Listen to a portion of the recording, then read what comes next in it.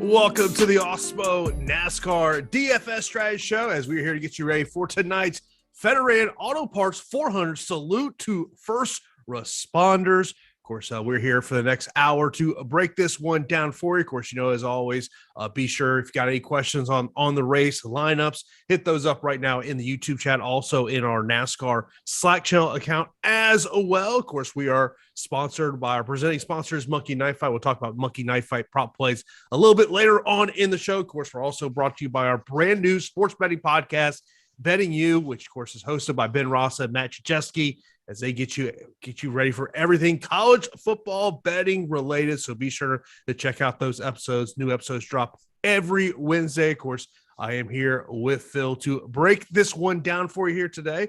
Phill, happy Saturday, man. How's things going in your world, man? Oh, pretty good, bud. I'm excited for a good Saturday night race. The Richmond race always tends to be pretty good to watch. So glad that we've got this before full slate of NFL tomorrow. All right. I know you're not talking. I just got to change as my AirPods disconnected there for me there for a second, but I am back here with you. Obviously, I know in writing, looking at your article that you had over at Awesemo.com this week, you talked about this being the second race at Richmond. And of course, the race earlier this year, back in April, was dominated by Martin Truex Jr. and Denny Hamlin, leading 314 of the 400 laps. Obviously, that was April. It's now September. How should we go out in terms of building our lineups for here tonight? Right. While that race back in April, cooler, definitely compared to today, was a day race, and then we've got the added effect of today being an afternoon into an evening race. The race will finish probably sometime around 11 locally there in Richmond. It really is a game plan for us to kind of what to expect in this race for tonight. And like you said, Hamlin and Truex basically just ran away with the race. It emphasized just how much starting position matters to this race. In fact, if people were watching the start of the Xfinity race, they were going over past winners at this track, and they were interviewing Christopher Bell, who in the Xfinity series, I believe, won here 3 different times. And they, whoever it was in Victory Circle, who was talking about what was your key to winning tonight, and Bell just said it was track position. And that's what we're looking at. Not only do we have all of the potential dominators starting up front because they're all playoff contenders, but based off of results last week from Darlington, these guys are the furthest one starting back is starting 7th. So they're all just kind of bunched up together. Depending on what you do with your lineups, you're going to find yourself with 2 to 3 of these guys. So it's a very interesting build for DFS tonight. Of course, I know you wrote about this week over at Awesemo about the 2 dominator build here in terms of developing there. And of course, as you just noted about the statistics in terms of, we're looking at those dominators, where they're going to start off in their starting position. I mean, in terms of dominators, could there be a thought process? Maybe you want to get a little different from the field. Maybe you try to get someone who's maybe starting in that 10, 12, 13, 14-ish range. You could definitely look into that area, but I have to think based off of past trends at this track. This is one of the things that I believe that I highlighted in this week's preview is if people will open up the race sheets and they look at the lap sled data page, and you can see the starting positions of all of the top 2 dominators of all of these Richmond races going back to 2013. There's only 3 times that you have a top 2 dominator that's came from beyond the 9th starting position.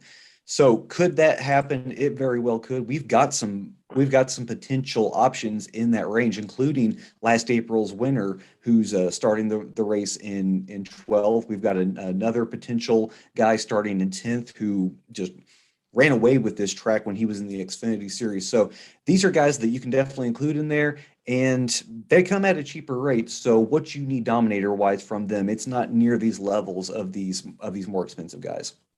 In terms of place differential this week, it seems like the past couple of weeks that's really been a big talking point for us. But as you're looking at that two dominator build and those place differential type drivers, is there, and obviously we'll get into each individual driver as we go throughout the show, but as you're looking at place differential, are there immediate names that jump out to you immediately of, you know what, we got to be targeting these drivers? Yeah, I was very curious to see what DraftKings and FanDuel would do with just, we knew what the starting grid was going to be Monday, and we started looking through some of these potential names like, okay, what are they going to do with Austin Dillon? What are they going to do with Matty D? What are they going to do with even a guy that's not in such great equipment, but has been fairly all right in this package considering what he's driving in Eric Jones? And, Eric, he's a little more expensive than what we want, but with a guy like Matty D starting in 28th, he's probably got the best place differential potential on the board, and he didn't get priced up at around 9K, which is what I was expecting. So Matty D is definitely a guy that if you find him as probably one of your higher owned guys this week, don't kind of, oh, okay, that that didn't work out last week because Matty was in a similar situation. Darlington is there's a reason it has so many different nicknames, and if you succumb to that track, you just kind of chalk it up to bad variance that night. Not what I'm expecting this night here at Richmond. So Matty D, definitely a guy that is on our radars. Of course, appreciate everyone that's tuned in here to the Awesemo NASCAR Strategy Show here on a Saturday afternoon. Of course, if you're not subscribed to Awesemo right here on YouTube, you got to do that. We got a ton of great programming for you each and every day. Of course, so we got a ton of programming that's been going on all week, getting you ready for tomorrow's week 1 of the NFL season. Of course, the guys were talking about prize picks just before us, of course. So be sure to get this, subscribe to Awesemo right here on YouTube. Be sure to hit that notification bell so you know when the show is live on the channel. Of course, give us a thumbs up. Helps my ego out a little bit when you give me some thumbs up there. And of course, we do have some premium data and tools over at Awesemo.com today. MLB top stacks and week 1 NFL player projections.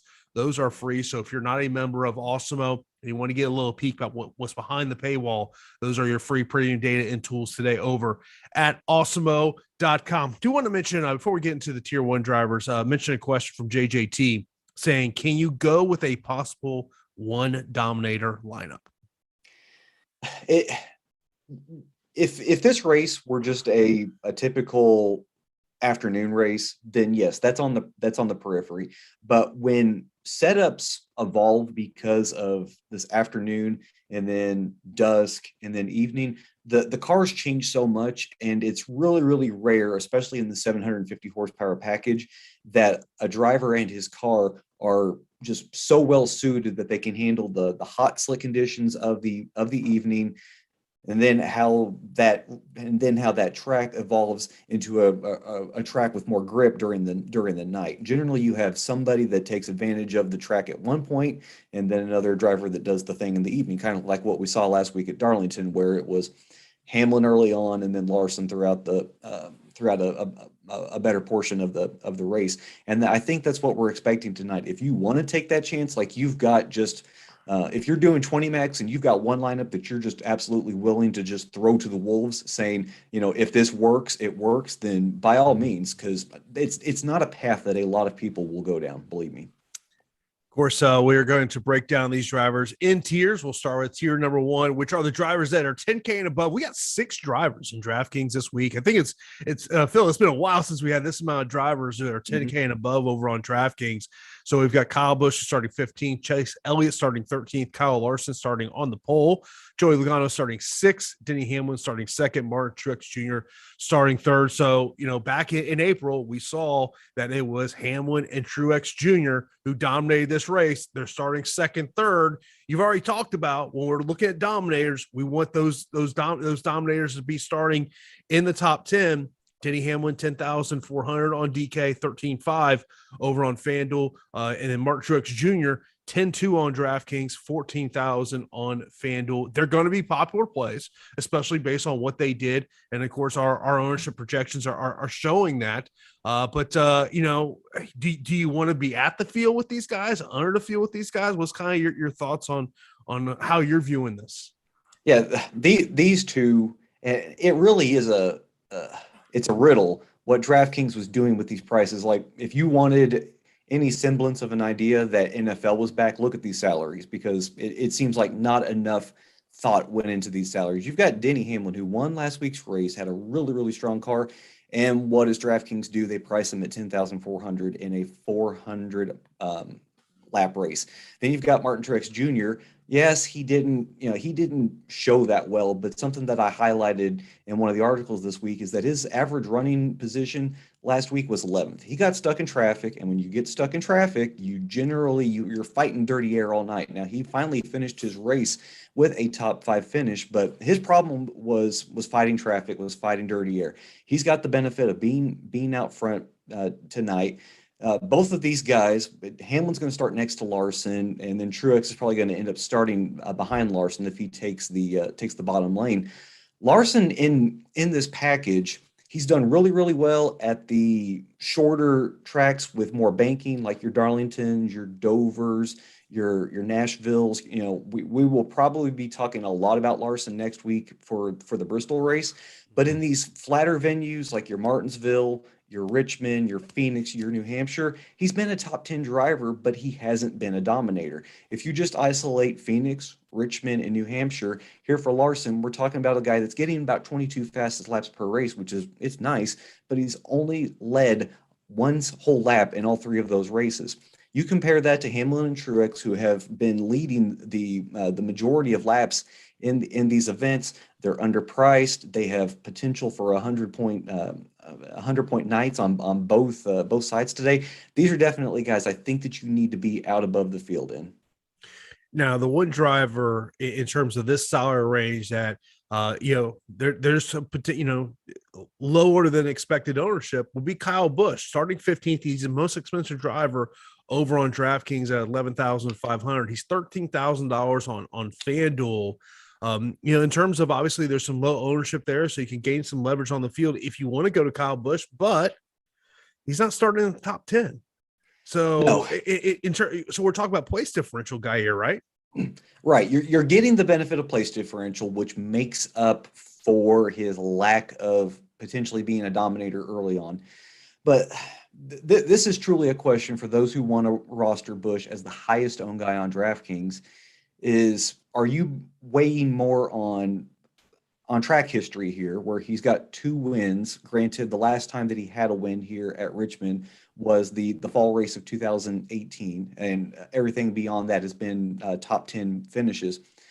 He's averaging 72 laps led over these 6 races, 37.2 fastest laps. He's been stellar here. He's averaging the best average finish out of everybody in this field, a 6.9 average running position. Really, really good. Fantastic numbers for a guy that could be a potential dominator, has place differential. But the thing you have to remember is, oddly enough, he is the lone Joe Gibbs driver in this package that just has not been good. These 3 races that we're going to keep talking about as our corollaries, the Phoenix, the Richmond, and the New Hampshire races of this season, his finish is 25th at Phoenix. Then you've got the 8th at Richmond, and then everybody knows about the 37th place finish at New Hampshire when he spun out in the rain. Just the numbers have not been good, and you want to say, okay, those are really it's a small data set, and then you've got New Hampshire just really screwing up the averages. Well, compare that to the Kyle that we were talking about last week at Darlington. Still not good in this package at high banked ovals. I don't think it matters if it's a steeply banked track, if it's a high banked track. In this package, Busch is not a dominator. He's going to be pushing for a top 5 finish. And at that salary, yes, that place differential, it aids that. But I need Busch to get somewhere in the neighborhood of 50 to 60 laps led to even be in this conversation as a guy that we're going to lock in as a dominator. I guess it's somewhat the same type of conversation when we go down $300 less on DraftKings. The second most expensive driver, Chase Elliott, so he's 13, so he starts 2 spots ahead of Kyle Busch. Is it the same thought process? Yeah, and it's even worse because we don't even have the fantastic track history here with Chase. Since 2018, Chase is only averaging 6 fastest laps and 6 laps led per race.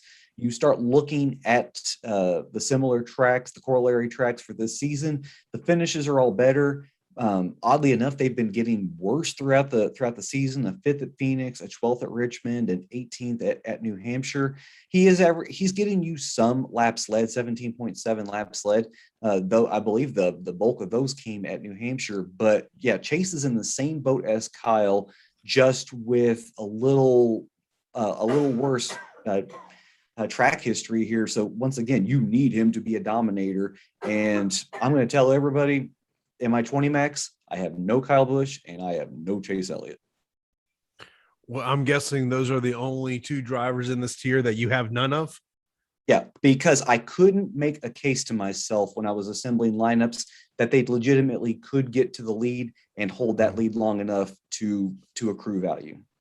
Of course, if you do have any questions about these drivers, do hit us up there, whether it's in our Slack channel or also right here on YouTube. We'll get to those questions throughout the show. But of course, do want to let you know about a promo we got going on over Awesemo.com that is valid through Monday, September the 13th. That's our DAC promo, as you can get our Awesemo Plus NFL Express weekly pass for only $1 when you use that promo code DAC.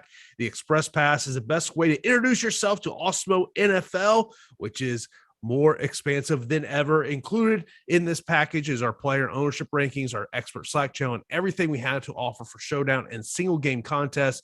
New to this year to this package is our season-long fantasy football coverage, as well as projected ownership and optimal lineup possibilities for tiers contests over on DraftKings. That's promo code DAC to access this for $1 for NFL Express weekly pass for only $1. As I mentioned, this offer is valid through Monday, September 13th. And if you're a new member and looking for more than just an Express Pass, use promo code NASCAR Strategy Show at checkout to get 25% off your first week of Awesemo Plus Platinum, which gives you full access to Awesemo Plus projection tools for every sport that we offer. So be sure to take advantage of that offer over there. And of course, so you want to have that top driver tool in terms of tonight's race is something to take advantage of, and looking at ownership and where you potentially could leverage the field a little bit, whether you're a single entry player, maybe you're a multi-entry player, whatever type of player you are. So be sure to take advantage of that promo we got going on over there at Awesemo.com. Let's move over to the tier number 2 drivers. So these will be the drivers in the 9K and 8K range. Little toned down because of some drivers being priced up this week. But in this range, we've got William Byron starting 14th, Christopher Bell starting 10th, Brad Keselowski starting 7th, Kevin Harvick starting 5th, Alex Bowman starting 12th, Ryan Blaney starting 8th, Austin Dillon starting 19th, and Matty D starting 28th. You've already talked about Matty D, and of course, the place differential immediately sticks out to you there at, starting here at 28. Yeah, Matty D is a guy that if you're playing cash games tonight, he's probably your third driver in after you figure out which 2 top dominators that you like. He's a guy that, yes, he's going to be highly owned in tournaments, and I'm looking here at his ownership. And quite frankly, what Alex is pegging his ownership at, it's a fantastic place to shoot over the field, because it looks like for whatever reason, the field seems to have some recency bias placed off of last week.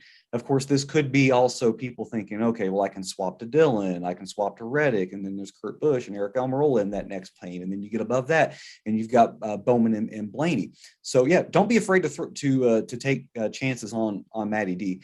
In this range, probably my favorite driver is Brad Keselowski, just simply because he has that path to being a potential dominator. His numbers here at Richmond, they've been fantastic. He's got no finish outside of the top 15. His worst finish was in the spring when he finished 14th. But if people will go back to that race, he had ascended to the lead after starting in the teens. And for whatever reason, his crew chief left him out long on a green flag pit cycle. And Richmond is a bit of an abrasive track, like not near the point of Darlington, but if there is a short green flag run, drivers will come down pit road for a fresh set of tires. So Brad and his team, for whatever reason, they were galaxy braining it, and he stayed out, and it really screwed up his chances. But everything beyond that has been top 10 finishes. He's averaging, since 2018, 24.8 fastest laps, 67.3 laps led, average running position of sixth, which is third in this field. He's run here fantastic. And this is the point that I've been trying to emphasize to people. I know all year when it comes to Brad, I have just been hammering the point that he's been bad in this package, and that has been true. But I finally started to see the light on something, and this is me just constantly taking new information and trying to make sense of it. What my theory is that Brad and his crew chief decided, you know what, we're going to race on these 750 horsepower package tracks that we're going to see again come later in the year, like a Darlington. He did good at Darlington last week. Then you've got Richmond this week, and then you'll have Martinsville and Phoenix later on. If you look at these tracks that either they're coming back to or that are corollary, Brad's been pretty good in this package. You've got a fourth place finish at Phoenix. He led 25 laps earlier in the year at Richmond. We talked about the pit road strategy that really screwed him up. And then you go to New Hampshire, and in that race, he either led the most or the second most laps, and he ended up finishing third that day. So I think things are really pointing up for Brad to be a potential dominator tonight. And at that salary of $9,300 on DraftKings, that makes him, he's in this range of a lot of guys that we're saying, okay, they could maybe lead 20 to 30 laps. Shoot, Brad could lead the most laps tonight if he's able to race his way to the front. And I think it also then allows you to get a little different because a popular duo that people are going to put together when it comes to dominators is going to be Truex and Hamlin. So, I mean, that's definitely a different way to maybe help get yourself a little bit different here. I was just, because I saw a comment that JJT had there about inspections. And so I was like, oh, let me go over to Bob Pockrass's Twitter account. And, someone had asked him who he thought could win this race here tonight. And he mentioned his long shot comes in this range of Christopher Bell starting 10th, 9,600 on DraftKings, 10,000 over there on FanDuel. As we evaluate Christopher Bell as a DFS play, obviously he's not inside the top 10, starting right there at number 10. So what is your take on Christopher Bell? Yeah. In the race sheets, I've got Bell highlighted just as a tournament play, but don't be surprised if he runs away with some laps led and gains some fastest laps in the process of this race. This is a track that in the Xfinity Series, he won at 3 times. One of the better corollaries to this track is going to be New Hampshire. He won there 3 times. And then one of the other corollaries to this track is Phoenix. He won there once in his Xfinity Series prowess. So, I mean, this sort of track, it truly does fit Bell and his racing style. We have already talked about just how good Joe Gibbs has been at this track. They own 4 of the last 6 wins here at Richmond. It makes a lot of sense that Bell could very well be I'm not going to peg him for a top 2 dominator, but if he gets somewhere in the neighborhood of 30 fastest laps and ends up leading maybe 40 to 45 laps in the process, somewhere hitting somewhere in that about 10% of the race range, I mean, that would not surprise me. And at that $9,600 salary, I think that's going to keep people away because we've been used to paying cheaper for Bell, and the ownership reflects that currently right now. So I think Bell makes an awesome tournament pivot, whether you're looking to, I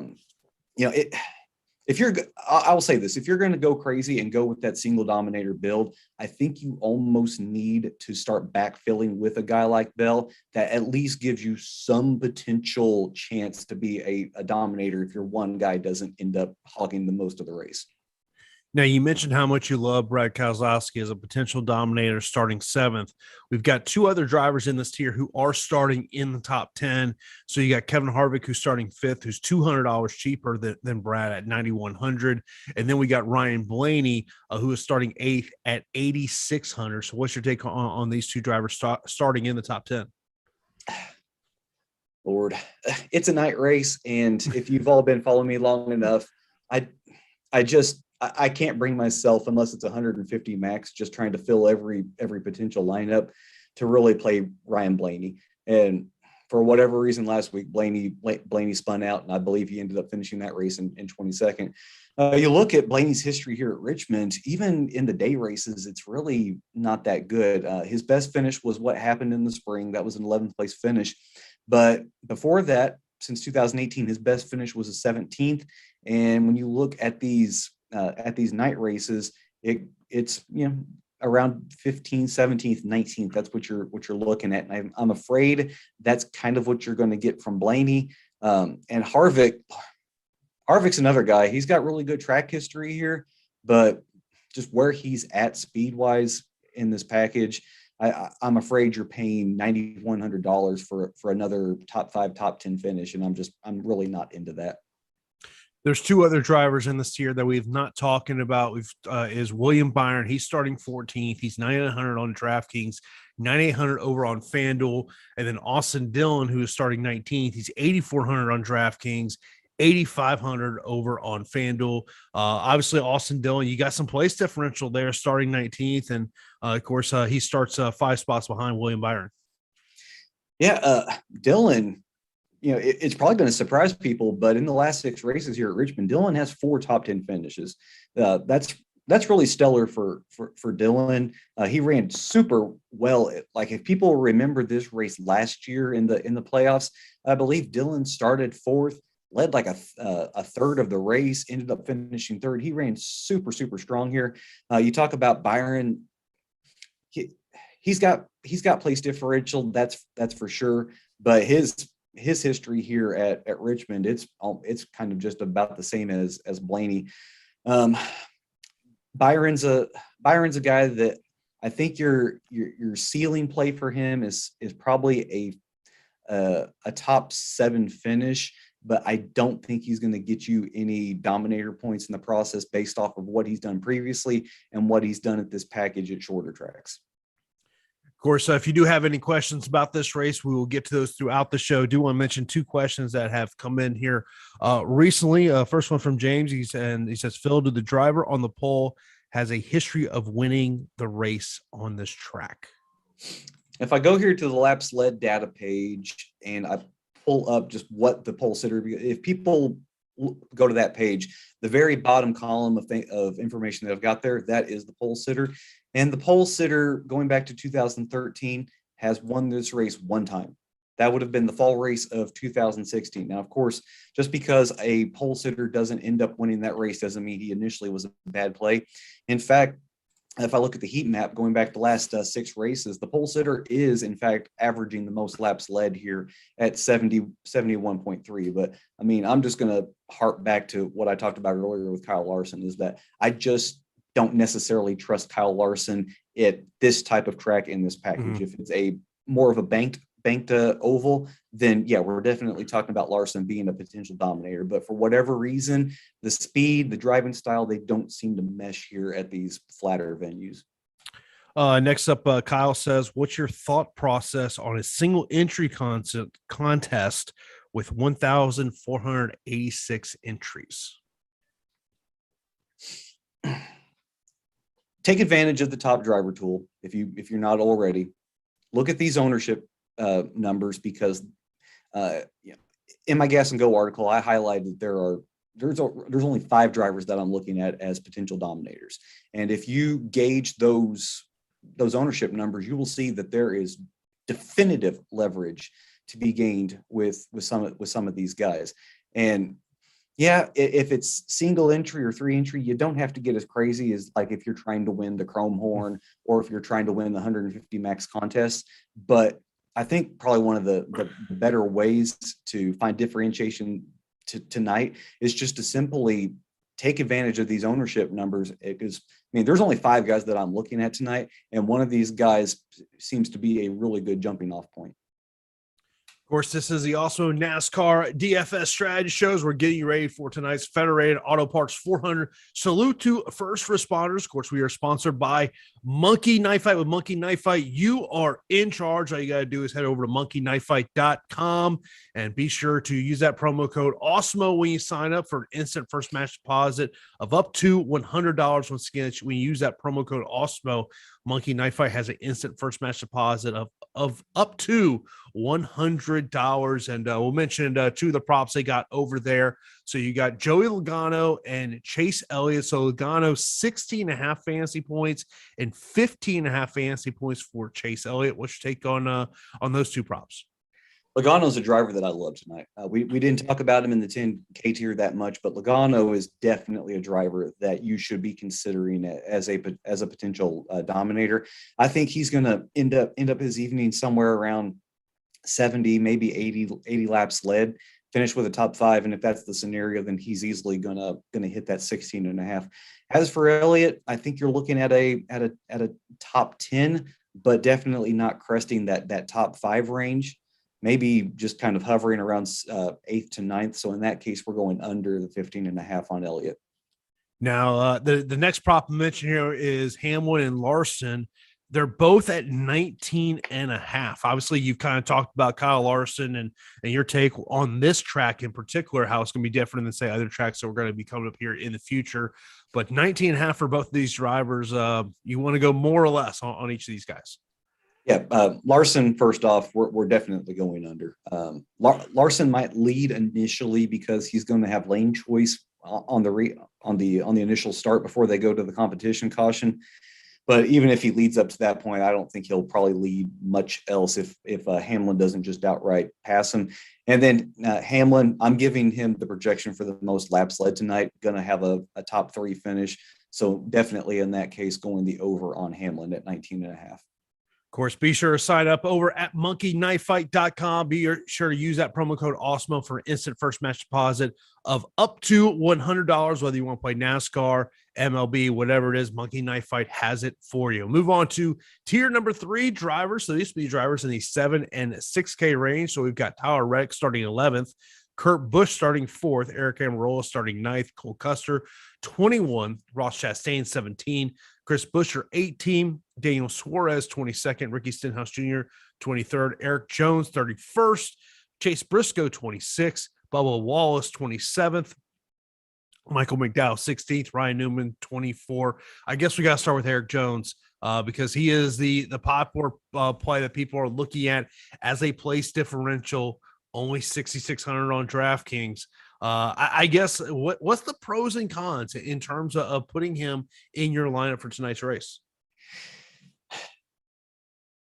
Your pro is for Jones is that he's going to end up with probably mirroring basically what he did when he was at Joe Gibbs, where you're going to get a top 15 finish out of him, and he's going to pick up a bunch of place differential in that case, and he's going to be a valuable play even at $6,600 for him.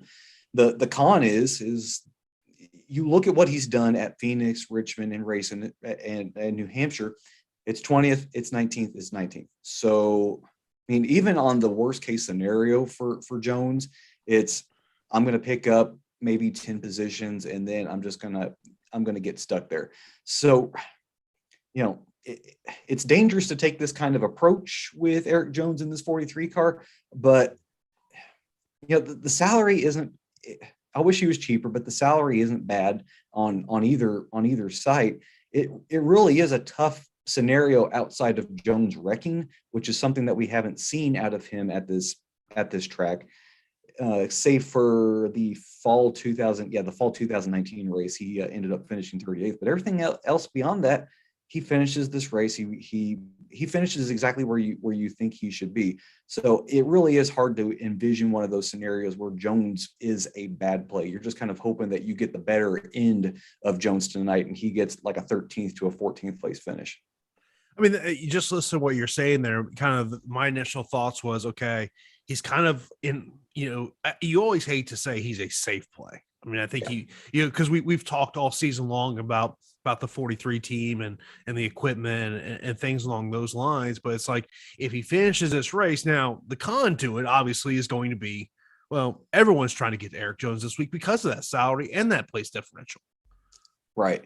And if you look at his average running position in this package at these three tracks, it's basically just, the same. I mean, it's 20.2, and then that finish is 19.3. So he's finishing practically where he's been running the race. And I think that story is that yes, he's not ending up on the lead lap, but he's probably just a lap down at the most. He moves up his car to the best of his ability with this equipment. It kind of pegs out, he gets lapped, and then it's just, riding around there, maybe hoping for a caution to get him back on the lead lap. Spoke about this before. Richmond is not going to be an attrition filled race. This is going to be, it's going to be a lap turner for a majority of this race. And practically the only guys that are not finishing this race are going to be the ones that have mechanical failures. So yeah, you don't want to say that he's safe, but I do think that that's probably the definition of Jones tonight, is that his ceiling is practically capped, but that floor, it's pretty good. Now, when you look at the other drivers, and when we're talking about those place differential drivers, that are starting somewhere near where Eric Jones is starting at. So you got Briscoe starting 26th, Bubba starting 27th. You got Newman starting 24th, Cole Custer starting 21. If maybe your thought is, okay, I know Eric Jones is going to be highly owned. Let me try to get away from him, maybe get to one of these other drivers that are in a somewhat similar situation that Eric Jones is in terms of place differential and their salary. Yeah. And the answer that really does stink right now is it's none of these guys below him.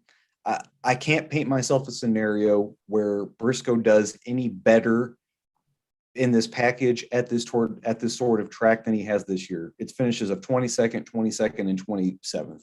And that's probably what you're looking at for him tonight. Bubba, it's practically the same story. He had a nice finish of 16th at Phoenix, but then it was 26th at Richmond and 26th at New Hampshire. And of course, people don't want to play Michael McDowell starting 16th, and then you're all the way down to Ryan Newman at 6,000.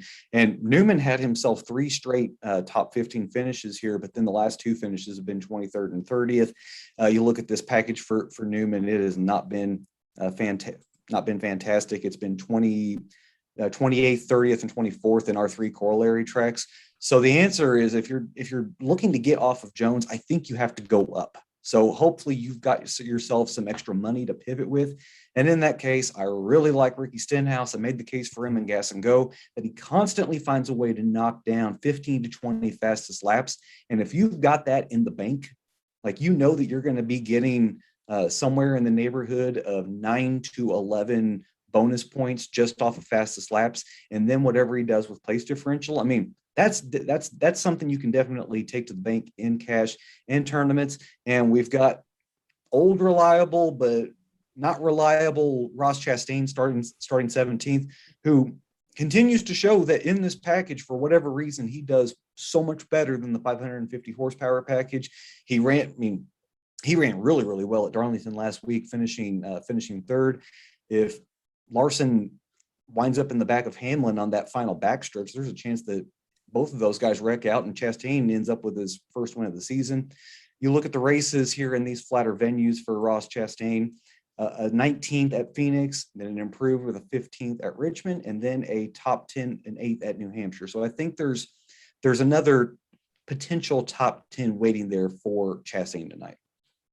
You do have 2 drivers who are starting in the top 10, and we talked about that. We've been talking about that throughout the show. That's really key in terms of, looking, and you mentioned earlier, there's 5 drivers that you have labeled as dominators. But when you look at Kurt Busch starting 4th, Eric Almirola starting 9th, what is their path? Do you believe it would be for them to be optimal? Kurt starting 4th, I think you do need him to just kind of somehow sneak his way into some dominator points tonight. Whether that could just totally be from laps led. And over his last 6 races here at Richmond, he is averaging 12.7 fastest laps. So he could very well sneak his way into that. I wonder about that, because in this package at our 3 corollary tracks, it's 9.3 fastest lap. So if he's going to give you that, then you're kind of banking on maybe 4 to 5 bonus points from fastest laps. But still, I don't know if I can give him a top 5 finish. That's something he hasn't done here. at Richmond over the last 6 races. It's something that he hasn't done at this package in these flatter venue races. Eric Almirola, I'm still waving the flag for Almirola, just hoping it was a week too early last week at Darlington. And in hindsight, it makes more sense that the driver that won at New Hampshire, that had a 6th place finish here at Richmond, had an 11th place finish at Phoenix, and what we can only call just a despicable season for Almirola outside of that rogue win at New Hampshire. It would make more sense that if he's done better at these flatter venues, then he's going to succeed tonight. Hopefully Almirola, yes, it's a little pricey there at $7,500, but if we check out the ownership, he's getting more than I thought than I thought that he would. Perhaps people are continuing to tail my bad advice, but he's starting 9th. He could very well get you a top 5 finish. The Dominator points, they're somewhat there, but quite frankly, this is one of those guys that I think you have to add in there that could sneak his way into maybe 10% of the race lead. If he could do what he did at New Hampshire, then he very well could repeat that same effort here at Richmond. 2 other drivers we really haven't mentioned that are in this tier would be Tyler Reddick starting 11th, 7,900 over on DraftKings, and Daniel Suarez starting 22nd. He is 6,900 over on DraftKings. What's your take on both of these guys?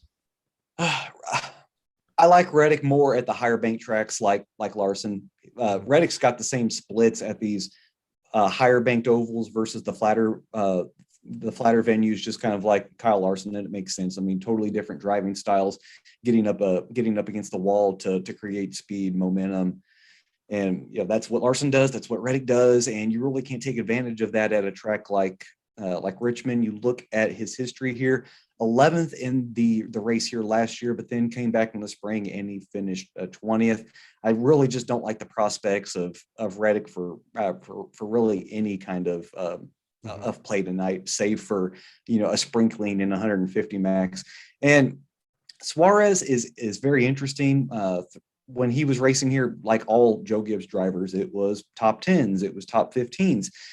He came here first in the race in the spring, finished 16th, which was a good result. His other 2 results in this sort of package have been 21st and 20th.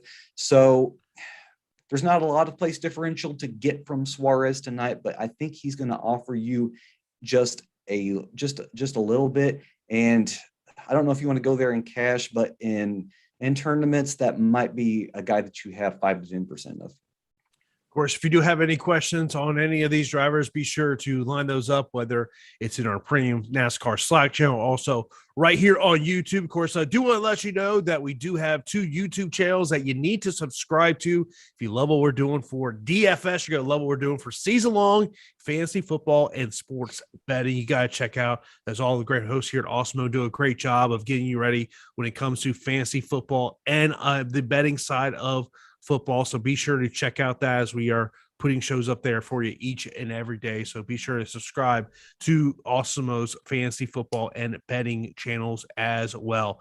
So it has come to that point of the show. It's time to play the game. How low can we go, Phil, when we're talking about the drivers underneath 6,000? So we got Ryan Preece starting 20th, Anthony Alfredo starting 30th, Corey LaJoie 25th, JJ Yeley, 27th, Justin Haley, 29th, Garrett Smithley, 36, Quinn Hoff, 35, Joey Gase, 34, BJ McLeod, 32, and Josh Bilicki, 33. So how low can I go here, Phil? Theoretically, if you wanted to go down to Justin Haley at 5,200, that's a guy that I've got listed that you can play in cash and in GPPs. I made the case in Gas and Go for JJ Yaley. He's made 5 starts this season for Rick Ware, and they've all been top 30 finishes. So you're getting a driver that is, it's cheaper than I thought it would be at 5,300. If he's going to get you another top 30 finish, probably somewhere in that 29th, 27th place range, then you're definitely not 5Xing. But the whole reason that you're playing these guys is that you're probably doing a 3 Dominator build. And then you've also got an expensive place differential driver in the range of Matty D or Austin Dillon, and then whatever you've done with that 5th driver. So in that case, you just need these guys to survive, to try to pick up as much place differential as possible. And the guy that's going to offer that to you is going to be JJ Yeley. Yeley's racing right now in the Xfinity Series race, so whatever there is to know about this track compared to the spring race, compared to last year, Yeley's picking it up right now. So is Justin Haley, for that matter of fact. Beyond that, these guys, I think you're looking at guys starting in the 30s that are probably going to finish in the 30s. They're not going to be all that valuable to your lineups, even in your 3 dominator builds. I mean, when you talk about that 3 dominator build, which obviously in that situation, you'd have to go to drivers down here. I guess the question becomes is, if you have that 3 dominator build, what's that lineup look like? Even if we're putting in a JJ Yeley and say an Eric Jones. If you're not taking the salary discount with Brad Keselowski, they're in the low 9s. You theoretically can build a Logano, Truex, Hamlin lineup that I really do like, because they're all underpriced. They should all probably be at 11K or above, and DraftKings underpriced them and made it very possible for you to go a 3 dominator plus one of these punt plays, and then whatever you're going to do to fill in the rest. So I think those lineups, they are definitely viable tonight. So when we're talking about people, whether they're building a 3 max, 20 max, 150, and they're going into Fantasy Cruncher, they're looking at that top driver tool we have over at Awesemo.com when you're an Awesemo Plus member. Are there a majority of these drivers underneath 6K that you're just telling Cruncher don't want any of them, or are you creating a group where you're saying at the absolute most, give me one of these 3 drivers? I went in and said no to Smithley.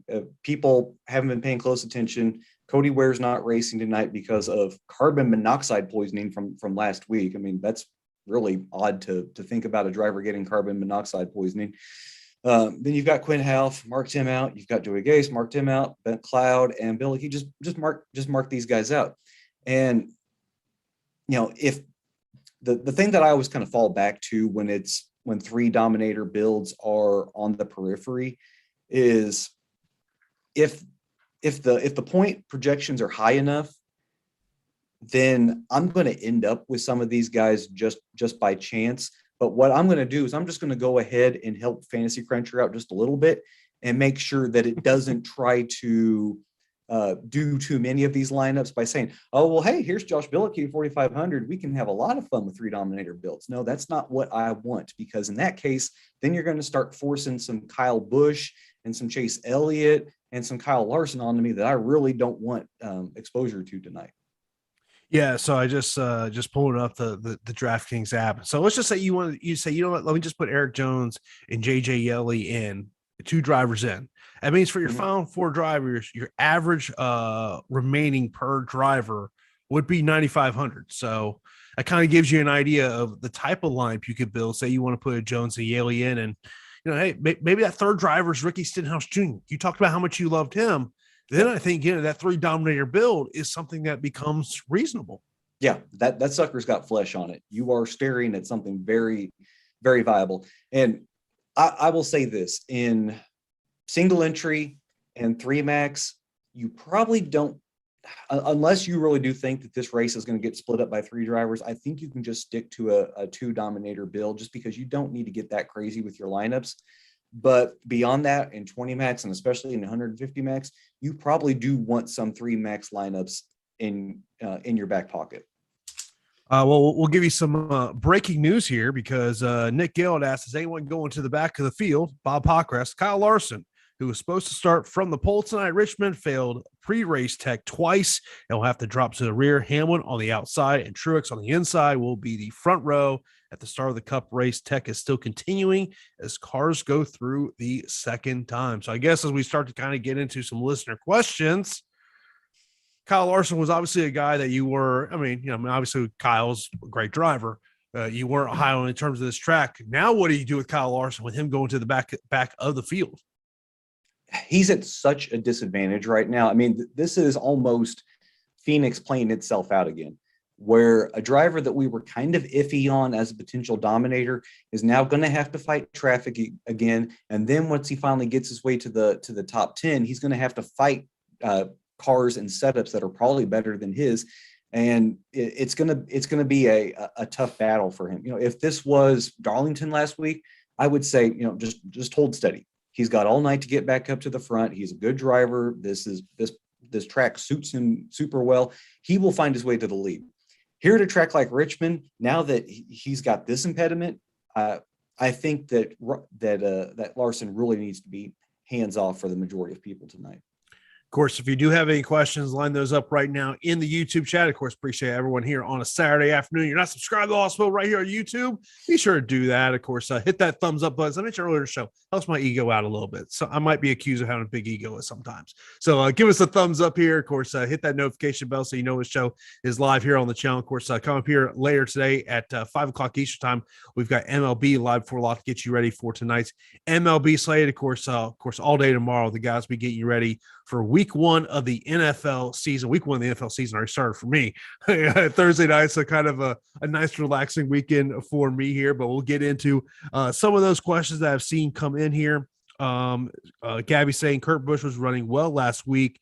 These tracks are somewhat similar. Do you think he is too far forward to play? Yeah, if Kurt was going to have any viability for me on either site, and especially on FanDuel at 9K, I need him to be cheaper. And I mean, there's just so many scenarios where these drivers around him just can easily outscore him. He's in a really tough position tonight. Next up, JJ Hawk would like to know thoughts on Cole Custer. Custer, I've got him listed as a tournament play. I've got him listed as a cash play. You're really just hoping for Custer to maybe pick up 5 to 6 spots tonight, and that's probably his ceiling. It's not fantastic, but he's in a range from 73 all the way down to Bubba at 63, where you've just got a bunch of guys that are all kind of starting around each other, that almost have similar profiles, that almost project similarly just the same. And this is one of the troubles I had with building a cash lineup yesterday, is these guys they almost all feel like the same driver. So it really is going to be just a crapshoot trying to figure out which one is going to be the better out of this gaggle. You mentioned a little bit earlier in the show when we were talking about those monkey knife fight props of liking Joey Logano. He's starting 6th now, so obviously Kyle Larson's in the back of the field, so that moves him up a spot at 10-7. Got to imagine Joey is one of those guys that's in your dominator build. Oh yeah. I believe when I finally settled on my DraftKings pool that I ended up with somewhere in the neighborhood of 50% Logano. I really do like his prospects tonight, and I don't want to leave this stone unturned, because this is kind of more fallout from the Larson news. With Larson going to the rear, that means the driver starting 3rd now moves up to 1st. So we have got the exact same starting row that we did in the spring race with Truex and Larson. It just seems so set in the cards now that these two are going to just do what they did in the spring and combine to lead the majority of laps again. Yeah, and of course that statistic is 314 of the 400 laps in the spring race were led by Hamlin and Truex Jr. Mentioned a question, Scott over in our premium Slack channel saying, is 15% too much for Larson now with him going to the rear? If I look here at what Larson was originally projected at, that number is definitely gonna fall. But I think even at 15%, you're probably gonna still come in a little bit under the field. So if you're wanting exposure to Larson, but you don't want to try to match the field in case he is just another top 10 driver tonight, then that's okay. And of course, for any news on tonight's race, keep it locked on our social media channels. We will help you in terms of any breaking news that comes in. If any more drivers do go to the back of the field. Phill, is there anything lasting things that you want to leave the listeners with here on this edition of the show? Keep your eyes on the rest of the Hendrick stable, because we have seen this odd fallout that when one guy fails technical inspection, a couple more follow behind him because somebody at the shop had an idea that they thought they might try to sneak past NASCAR, and a couple of other crew chiefs fall behind them. So don't be surprised if Elliott fails inspection and Byron fails inspection. Yeah, definitely something to pay attention to. Of course, this race a little after 7 o'clock Eastern time tonight. Of course, I appreciate everyone tuning in here on a Saturday afternoon for the Awesemo NASCAR Strategy Show. Of course, we'll be back next week for another edition of the show. Of course, be sure to follow Phill on Twitter at Race Sheets DFS. I am at Jason_Floyd. That is going to wrap it up for us. Of course, come up here in an hour from now will be MLB Live Before Lock, as they'll get you ready for tonight's MLB slate. Thanks for tuning in, everybody, and we will talk to you again next week on the Awesemo NASCAR Strategy Show. Have a good Saturday, everybody.